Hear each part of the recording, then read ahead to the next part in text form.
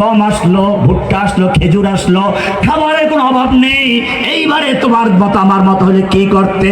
রোহিঙ্গাদেরকে একটু আশ্রয় দিয়েছো, কয়েকদিন পর কষ্ট লাগে, কেন এরা যায় না? এরা আমাদের জায়গা দখল করেছে। ফিলিস্তিনে কেন আমাদের সিরিয়ায় স্থান নিল? কেন মিশরে জায়গা দখল করে আছে? কষ্ট হচ্ছে। মুসলমান ভালো করে শুনে রেখো, যদি সত্যিকার অর্থে ইসলাম কায়েম করতে চাও, আল্লাহর নবী এবারে খয়বরের সম্পত্তি হাতে পেলেন। এবারে দেখুন আনসারদের কি অবস্থা। তারা গিয়ে বলেন নাই আমরা স্থান দিয়েছি, আমরা ঘর দিয়েছি, জমি দিয়েছি, জায়গা দিয়েছি, আমাদের হকটা আগে। কিন্তু না, কোরআন বলছে কি সুন্দর কথা, গনিমতের মাল হাতে চলে এসেছে।